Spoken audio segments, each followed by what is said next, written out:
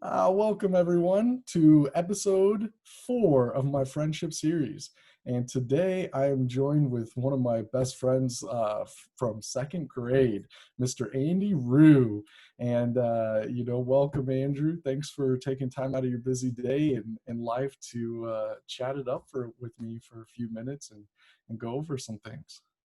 Thanks for having me, Josh. I'm looking forward to this. Been looking forward to it all weekend. Right? No, I appreciate it. We've tried to schedule a few times here in busy schedules and busy lives, right? Full lives is the way I look at it. And speaking of that, I always like to introduce everybody. And aside from you being like one of my best friends since second grade, I think you've been one of the most influential people on my character and who I am because it's become obvious to me that when you're younger, you like bounce ideas off of your friends, and when they confirm it, you take that as fact, like that is now truth. And so you have assisted me in finding, well, I guess, my truth about life for, well, gosh, from as long as my memories can take me back. So I just think that's really fascinating to me, and appreciate all of our ability to grow spiritually, our ability to grow into how to deal with life and everything around us. So I just have to preface set this entire thing with that. Yeah, it's great. I've been makes me think of these books I'd recently gotten into. The author is this guy named Matt Ridley. He's a biologist, but he's really fascinated with like the human condition as a whole. And he talks about like human thought and human idea evolves faster than our biology. And he basically talks about like ideas have sex. So like when you're saying that like we confirm each other's ideas, we're like bouncing this back and forth. Our ideas are like we're smarter than our bodies can keep up with. Like we're building these machines that are like advancing faster than we could physically evolve through. So it's just cool to see that like we're in such a time in our history where like we're just advancing our brains faster than ever before. It's interesting you say that because I was actually just reading an article about meditation and how intuition is truly our best guide. I know I fall prey to being over analytical, and it actually preventing me from really progressing in certain aspects of my life. So I think that's awesome. Well, along the friendship line, what's your most favorite memory that you can think of or that pops right to your head about our relationship and through the years? Just one? Or it doesn't matter, whatever pops into your head. Oh man, where are we in? Honestly, some of my fondest memories, for better or worse, are just all the all the mischief and craziness we did late at night. We were barely teenagers, but we were going out at night and pretty innocent ruckus, but we were causing a ruckus, and it was often Gardner was there, and sometimes we'd have some other people. We were always just going out, and it was so liberating. There wasn't any supervision. I don't think we caused anybody harm, to my knowledge, but yeah, we got to be so free, and just the back trails are just like a place in my memory where those were formidable years. The back trails is where we got to be ourselves. There was nobody around to tell us what we could or couldn't do, and nobody to tell us that we were wrong about anything. So whether you're sneaking out at night to go raise hell or just riding bikes through the back trails, those are the probably some of the fondest memories of my childhood. I have to agree. There's something so exhilarating about just traveling into the middle of the forest and knowing that you're truly alone, like that there's this space for creativity. We could say whatever we wanted to, we could act however we wanted to, and we knew that, we all we had was each other to hold each other accountable. So, like you were saying, the ideas just flew, our imaginations just flew. It's freaking awesome. Yeah, and particularly with you, I remember times of when we would get bored with board games, and so we would make up our own rules and we would add our own imagination. all um, the time. Same with playing sports. We would make up in people that would play against us, because we always wanted to be on the same team, and when it was just you and I, well, then we had to make up opponents. And so it's so freaking awesome. I love it. It cracks me up, man. And one thing that I don't think a lot of people viewing will know is how well you attract people to you. Throughout our entire life, you have made so many friends, and just your house in general, from the time I can remember, from when you were in the South Pinery to when you were in the townhomes, has just been this place you could go and meet new people and learn interesting things, and just it's just fascinating to me. I don't know if you have any insight or introspection on how it is and why that was, that like you were the conjuring place. Yeah, I think two big influences, obvious ones like my parents, um, and for very different reasons. My mom, as you know, is just like she just wants to talk to everybody forever, and that was just her nature. And my mom is far more outgoing than I am, but I was still influenced by that. And what made her that way, I couldn't really say, but um, she always wanted to be open and welcoming and accepting. And as a child, it's like you subconsciously are taking in um, these images and these periods of like joy. And at the time, you're not thinking like, oh, people are joyous, but you see like people interacting and they're smiling and laughing and they're happy, and you're like, oh, this makes everybody feel good, so I want to do that.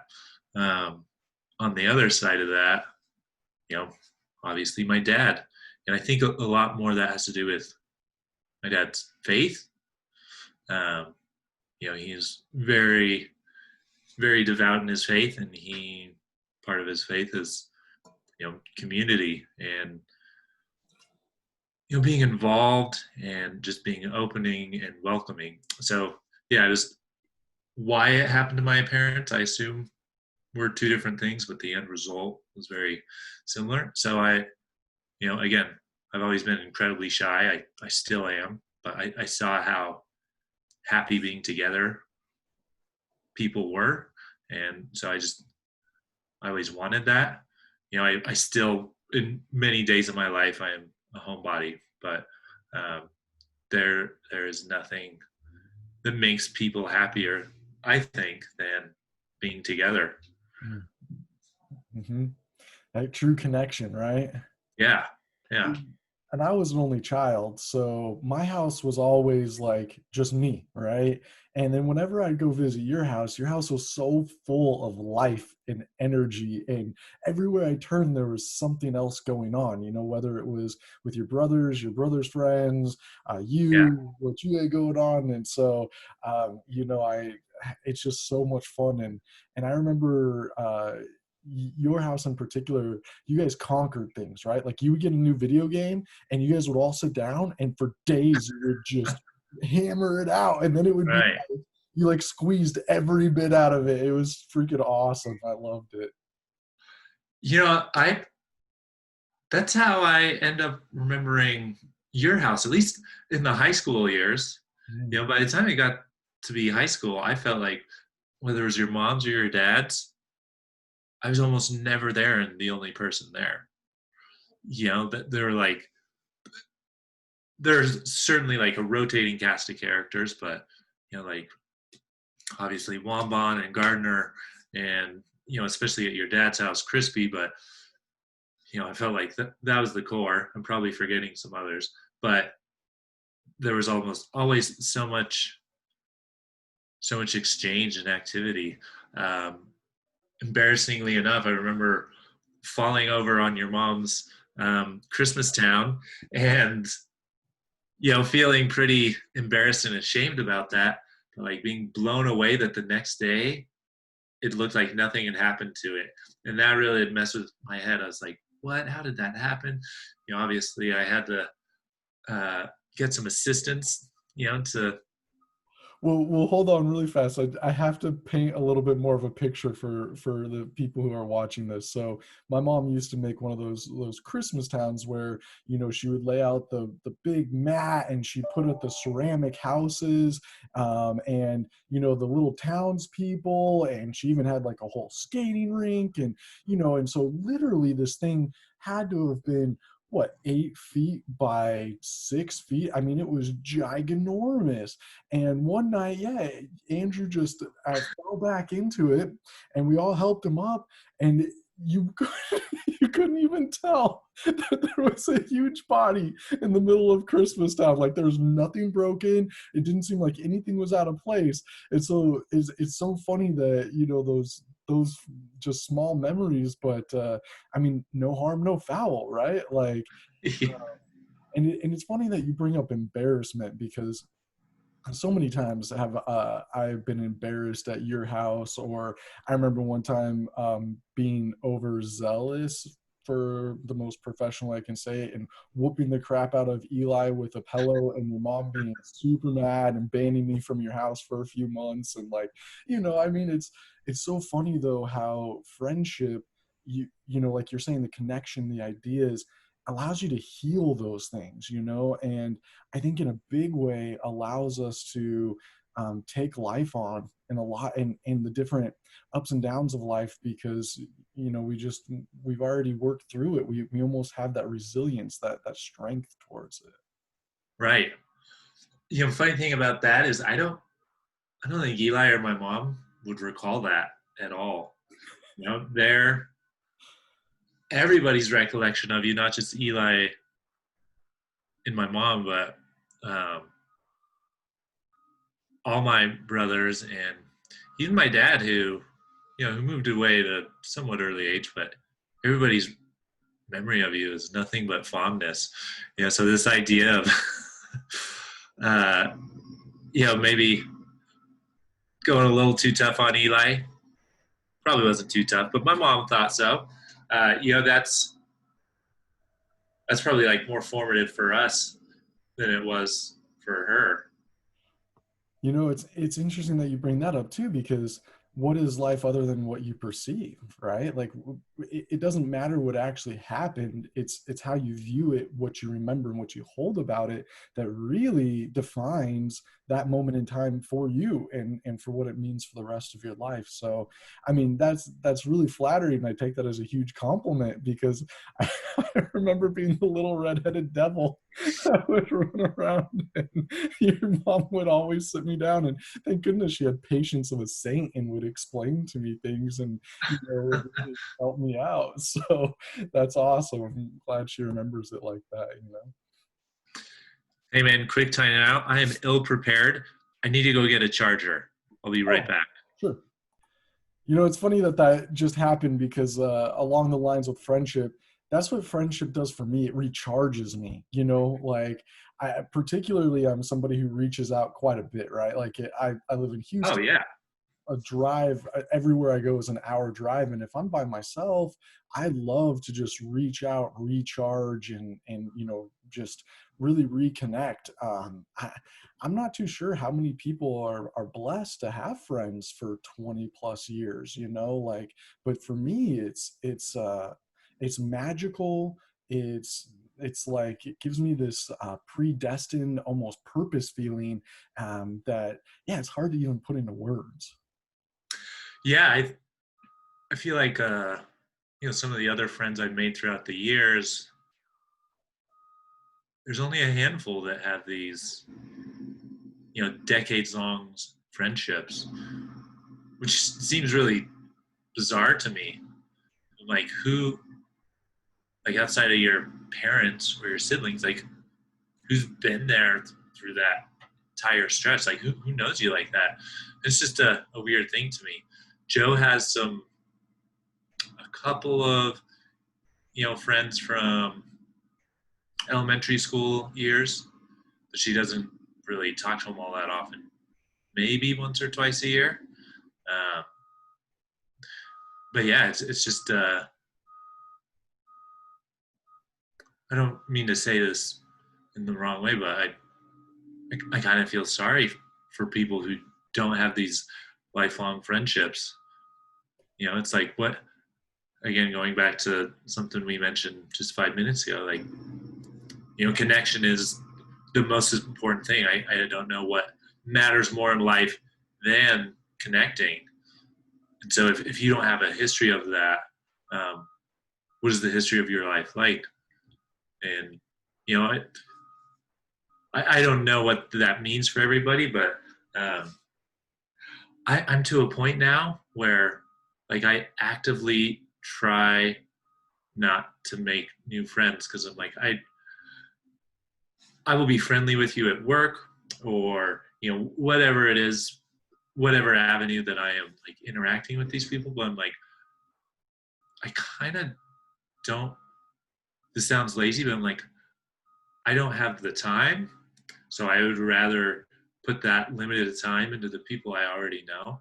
Um, and it's a funny thing because I spent so much of my life working in bars and restaurants where my experience outside of that is pretty limited. So I don't know if work life happens this way in other industries, but in bars and restaurants, people become best friends really quick. Best friends. And I say that in quotes because there's something about the party nature of bars and restaurants. People, you go out and you go drinking with somebody once a week because you guys are working the same shift. Okay, yeah, you get to become friends really quick and close friends really quick. But again, I've done bars and restaurants long enough to know that once one of those people leaves that job, the chance of them staying friends is actually very slim. And not to take away from these short-term friendships, they still provide value, but uh, I'm also not as interested in developing what at times seems to me like in bars and restaurants there's something superficial about it.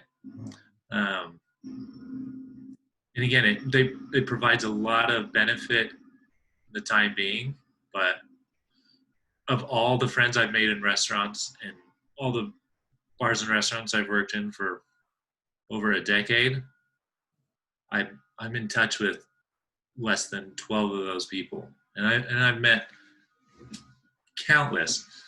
And so, I like I talk to my partner, I talk to my family, and I talk to you guys, and that's about it. Well, And oh, go ahead. I'm sorry.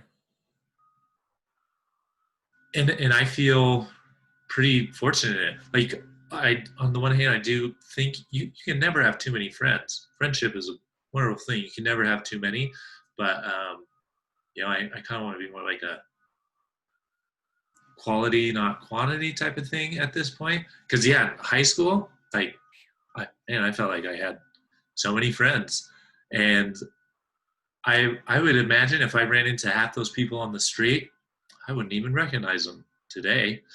And so I'm just like maybe it's just a practice or a philosophy I'm trying to apply to all avenues of my life, where I'm like, I'd rather just have a few things that are really wonderful than as many things as I can get. Um, yeah, it's a I don't know if I'm going anywhere or making a point there, but yeah. No, you struck several chords with me as far as, part of the collective conscious evolution is I think we're breaking from consumerism. We've seen how consumerism is destroying our planet. We see how it is superficial. It's not fulfilling in any way.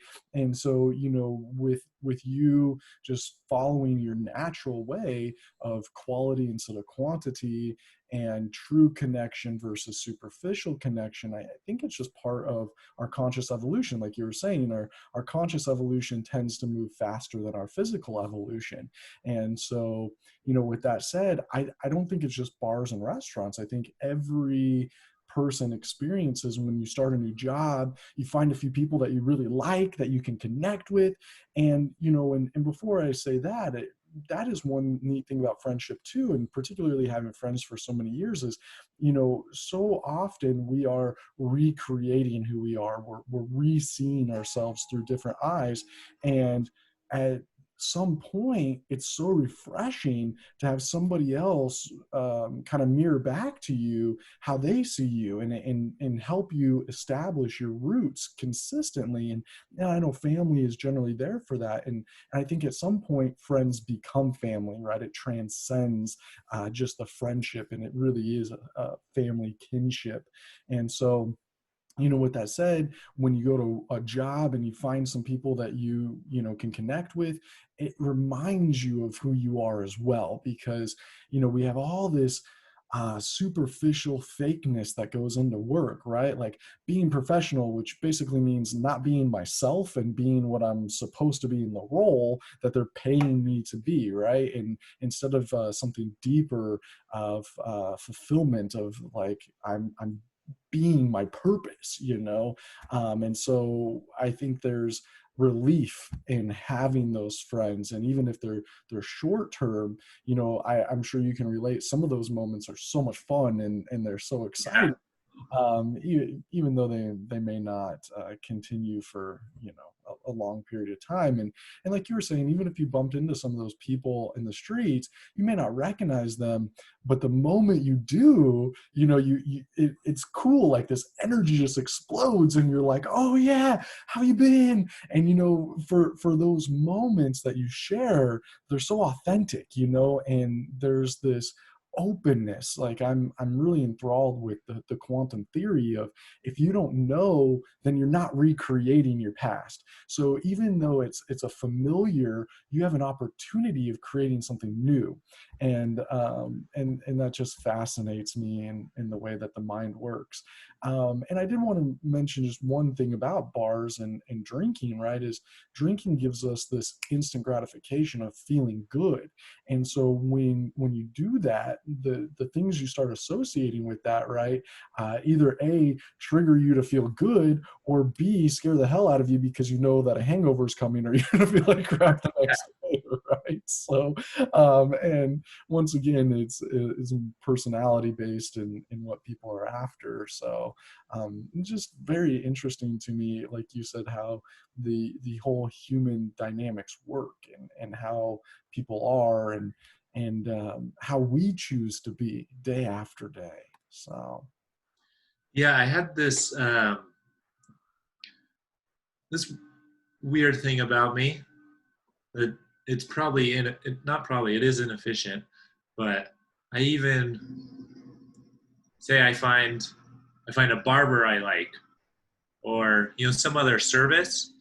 Even if I move across town, I will still drive 35 minutes in the opposite direction to go get a haircut, because I'm like, I just I just like that place. I like the energy it creates.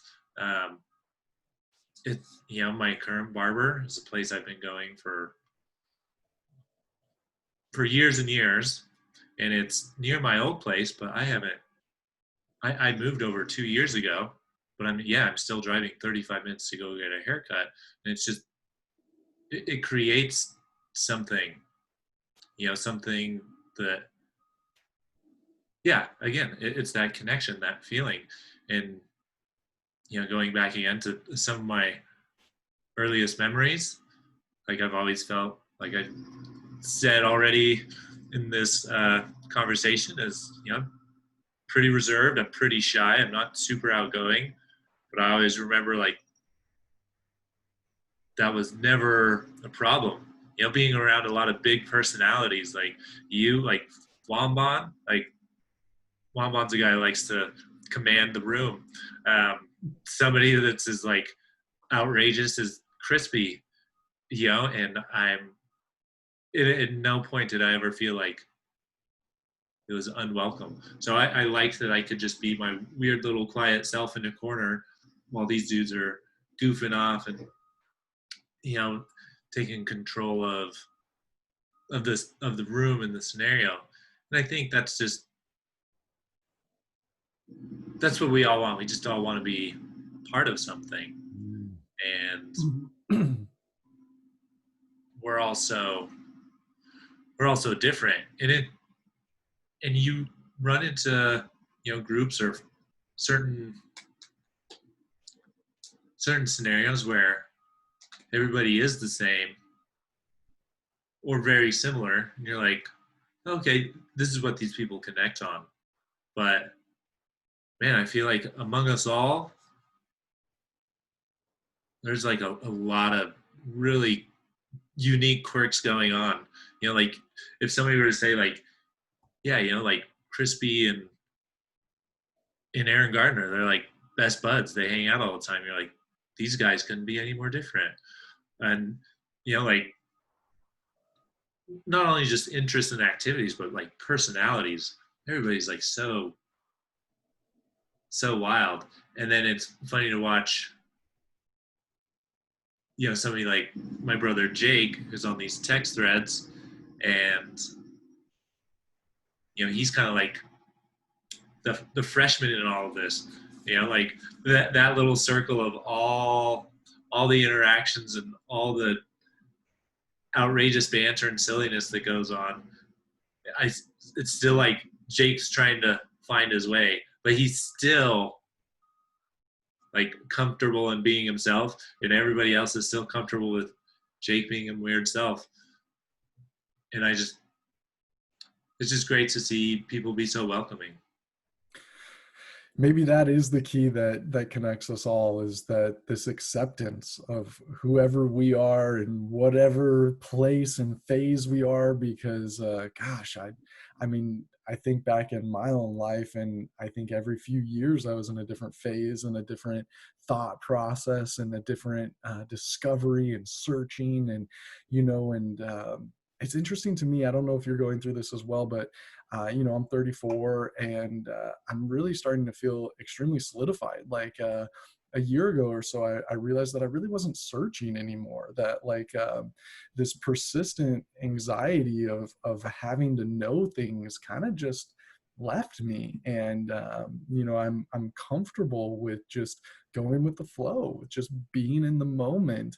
And I'm sure that's a maturity thing, and maybe people reach that at different stages in their life, and I could be a late bloomer, but it is interesting because never once have I felt particularly judged by anybody, and you in particular. And not only that, some of the times where I was completely off base, you've been very gentle and being like, well, Josh, see, that is technically illegal. So if you're going to go about that, you should probably be smart.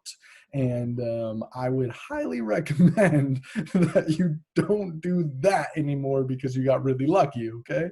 And so, relating to where we are in the world, I know there's a deep begging by cellular from humanity to be accepted and to be whoever we want to be in that moment. And it's very interesting to me to see the things that are going on, and the new movements and the new civil rights movements, because I think at the core essence, that's really what it's saying is, let us be whoever we want to be, and let it not be controlled by monetary value. I think a lot of what's happening is based out of poverty, and those that feel like they've been forced into poverty for generations as well. And so anyways, like, I'm just a redheaded guy who thinks he knows something, but I really do think the inclusion, the acceptance of how anybody wants to live their life is a really big part of where we're at right now in October of 2020. So. Yeah.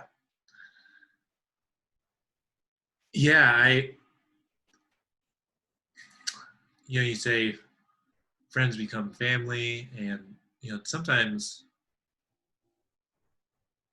family become friends. Mm. But in like, sometimes we have these really complex friendships where um, maybe it got off to a rocky start.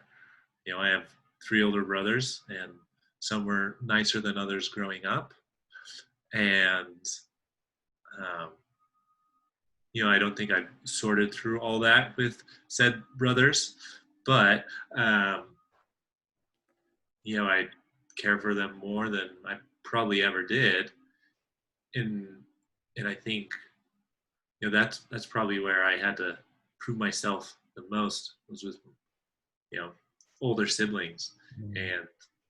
And no longer am I a little brother, somebody they can tease or push around. Now we're equals, but we still are like constantly redefining that equality, that friendship. And I don't know if it was a conscious choice on anybody's part. I think it was just maturing. So to mirror that along with growing up with somebody, it's like we did it in tandem. Whereas before with a sibling, I had to catch up, but because of the dynamics of older sibling, younger sibling, there's still some unique pinch points to work through. And yeah, I feel like I had to prove as a younger brother, like, me as an individual matters, and my point of view matters, and I'm not going to let you push me around. And I think that resulted in like a mutual respect almost. There's still some animosity because that's family. There's always going to be something, but now it's like, oh, okay, I'm going to let you be you. And for them, I think it's more liberating, because for them to be this domineering force actually takes more of their energy. So when they just let somebody be, I think it's a relief on them. I think that's how my relationship with my parents has developed. Like, they not only do they know they can't tell me what to do, they don't even care about telling me what to do anymore. And so now, like I still talk to my parents like most people talk to their parents. You're looking for advice and guidance and help, but by and large, we speak as equals, and we're like good friends now.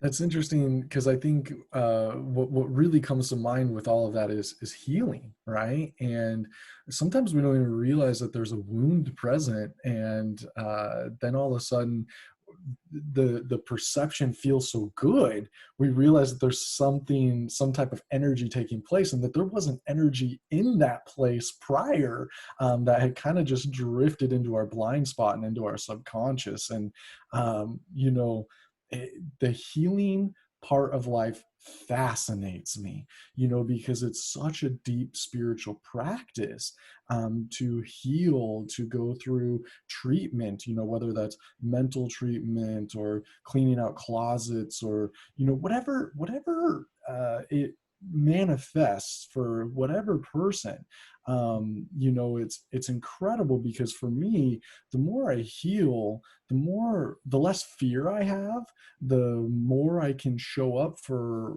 however I want to be. And more, as like we were kind of talking earlier, is it's more intuitive. Like it's not something that I feel like I have to force, or a role I have to be. It's just something that happens naturally and organically. And the more it happens naturally and organically, the more healing, the more energy, and the better everything comes.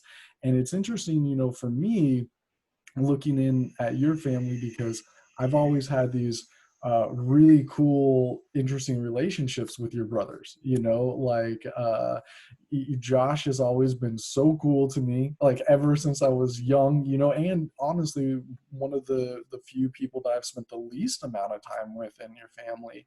And John, of course, had this bad reputation as we grew up, and he was a little bit more angry. But then, like, as we became teenagers, like, I started really enjoying his company and conversations. And then, of course, I have yet to do this with Jake, but he's on the docket too. And I love how you reference Wambon and Crispy, because we've already done one with them as well. So if anybody's following the series, they're going to catch those references, and that's awesome.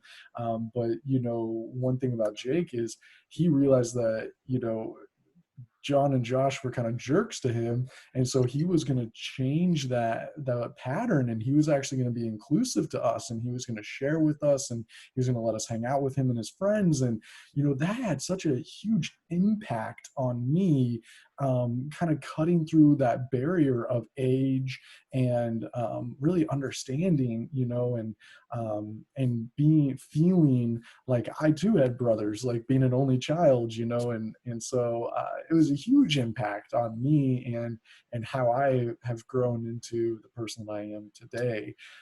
So, and when I look back at certain instances and times, there's really nothing I would change. There's a few things that I would want to go back and relive and maybe redo, but nothing to change. And I always think about my mom in these circumstances, because, like you said, your mom has been like a second mom to me. In fact, I call her every 6 months or so and just say hi, and we talk for a long time. And I love her perspective on life, and how she views things. And with my mom, who had passed several years ago, sometimes when I get stuck and I need a mom figure, I call your mom, and she's there for me every time. And so I don't know where I was really going with that tangent, but it's so phenomenal for me to feel included in your family too, and to be a part of your family, and for your brothers to be my friends and my family. So it's interesting how you were saying you're in that process of becoming equals and friends and all of that. And yeah, how it has occurred for me, throughout the years as well, just obviously in a way different fashion. But yeah, it's really, really neat and interesting how we can have similar experiences, but have them have such vast differences. Yeah. Yeah, I like the way, it's probably not remarkable to really anybody else but myself, but I like the way it all came together, because I I didn't meet Gardner through you, Right. and like you didn't meet Gardner through me. You guys lived in the same neighborhood. I had third grade with him, so it kind of just like from these different directions coalesced into this one thing. And then I could be mistaken, because memory is a tricky thing.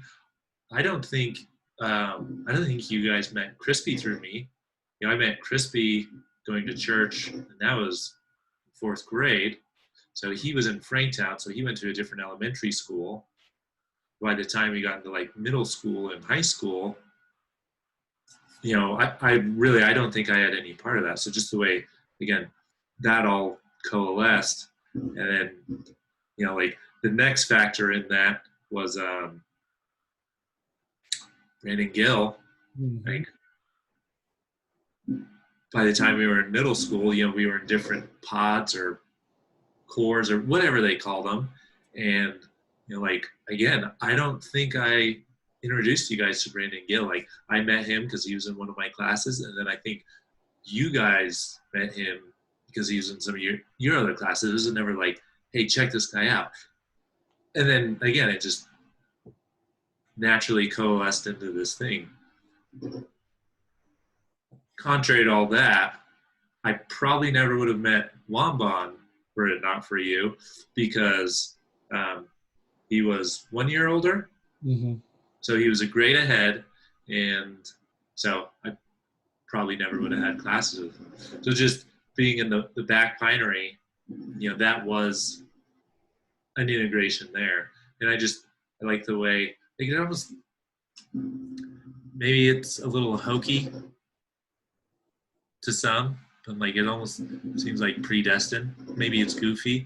I don't know, but I'm like, it's really cool to me the way that all happened. And now, like I was talking about earlier, everybody has their own interests, and you live in a desert 1,000 miles away.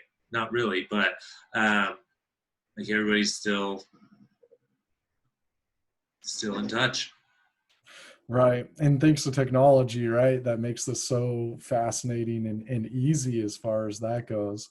Now, I want to be respectful of your time, so we'll be closing out soon. I like to ask you, what do you think you're an expert on?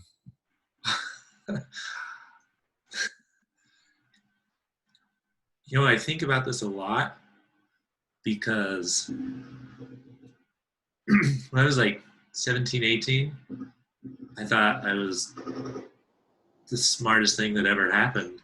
And as the years have gone by, I have felt less of an expert as with each passing year. I don't know what I thought I was an expert on back then. I can deeply relate. Yeah, but now, like, man, what am I an expert on? I'll make like a ridiculous comment first and then get serious. I'm an expert on making poor choices and screwing up my life, because I've done that successfully more than I've done anything else. I think you're way too hard on yourself. But outside of that, I feel, I'm a late bloomer. I only graduated college at the age of 34. And in that field, I never felt so far that I was an expert in that field. And now that I've worked a little bit, again, it was that same feeling where I'm like, oh, I've worked in this field. Now I know even less about it. So, just really fast, I have to tell you, sure. I've always felt like somebody who's got something to say to the world, right? And that people have religion wrong and need to connect to spirituality different, and the government needs to be completely revamped. And, I've always had these, incredible ideas. But like you said, the older I get, the less I feel I'm right. And well, I Yeah. know I'm not right. And then, even doing these have been a challenge for me because I've been called to do, some type of podcasting for a little while. And my coach, Susan, is really the one that was like, dude, you really just need to start. And, I struggled starting because I'm like, what am I going to talk about? And actually, this was the only thing that felt good to me, was just hanging out with my friends and, just giving some good light. So anyways, I just have to say, it's amazing how our lives are consistently paralleled, even though I got married and had kids at a young age and I live 1,000 miles away and blah, blah, blah, but yet we're still, parallel in a lot of the thought processes. So sorry, I didn't mean to interrupt you, but. No, I like that, because I feel, when I wasn't making poor choices, like, what have I done most in life is either like hang out with friends or listen to music. So Mm. as much as not being a musician, as much as I can be, I guess I'd say that's probably where some of my expertise lies.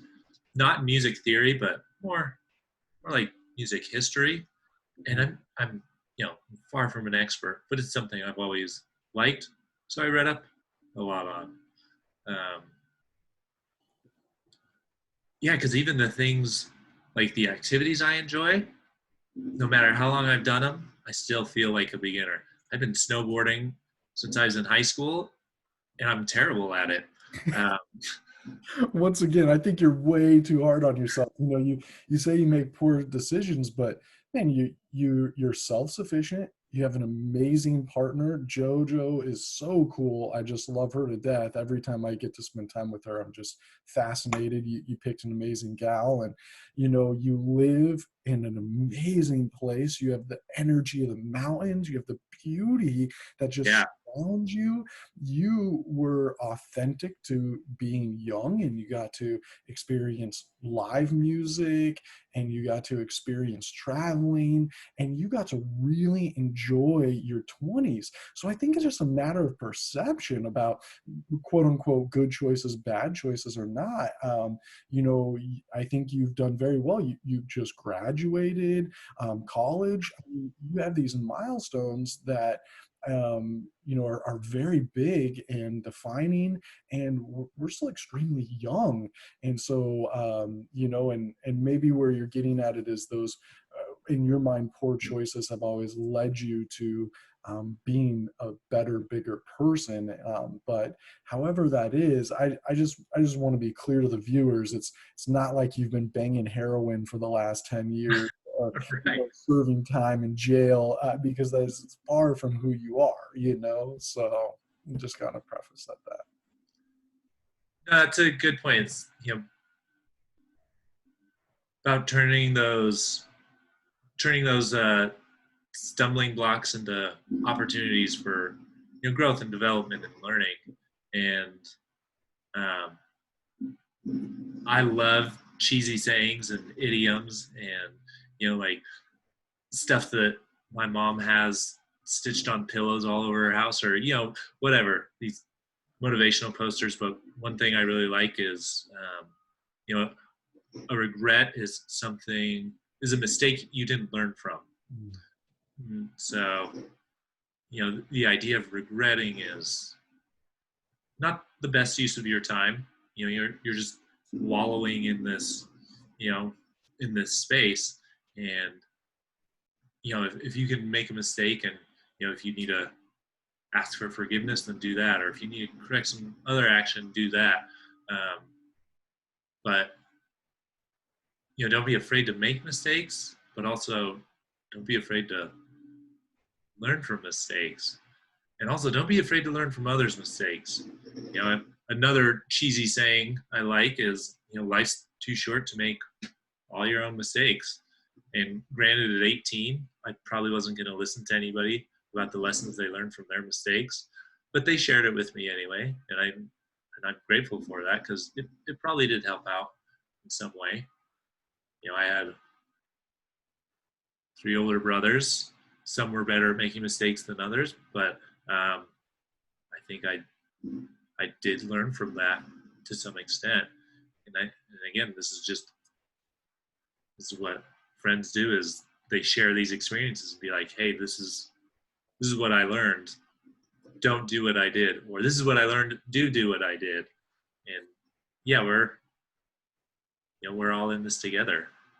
Yep, that's the biggest one too, is, hey, I know that kicked your ass and I know you're hurting really bad, but take my hand, it's time to get back up. Exactly. That's, and I can contest that to definitely being there to always have a hand out for me. Hey man, get back up. It's just part of the fight. And I much appreciate you and our friendship. And I can truly say I love you to death, and I love your energy. I love your authentic and genuinity. And it's always been a pleasure. And as we go forward, I'm sure I'll drag you back in here for another session with another topic, with a different intention. So, Oh man, I'm already looking forward to the next one. I hope it's not very long. Get to do it again. Right, exactly. Well, all right, brother man, I'm gonna go ahead and stop recording at this point. Any last thoughts for anything before we stop? I think I want to make one last, one final thought. Um, just as a timepiece, contextually, given it's 2020 and it's a wild election, and you mentioned social justice issues just everywhere, and a global pandemic, and there's probably countless other things I'm not even mentioning, and it's like, wow, 2020, what a year. And I've been listening to this podcast from an epidemiologist about the coronavirus, but he always talks about, he's like, yeah, it's hard, there's going to be sickness and sadness. In worst case scenarios, people are going to get sick and die. And this guy is just like so fascinating, Dr. Michael Osterholm. He says we should just, let's counter that with a pandemic of kindness, and like kindness is a pillar of friendship. And it's like, just send somebody a text like, I'm thinking about you, or, give that long lost friend a call, or whatever it is. And it's just, no matter how tough things get, like I could drain my savings account, and I could be like broken, starving, and hungry, but like I know I can always call somebody. And like, especially in 2020, it's good to be a good friend. It's important to be a good friend, and it's valuable to remember that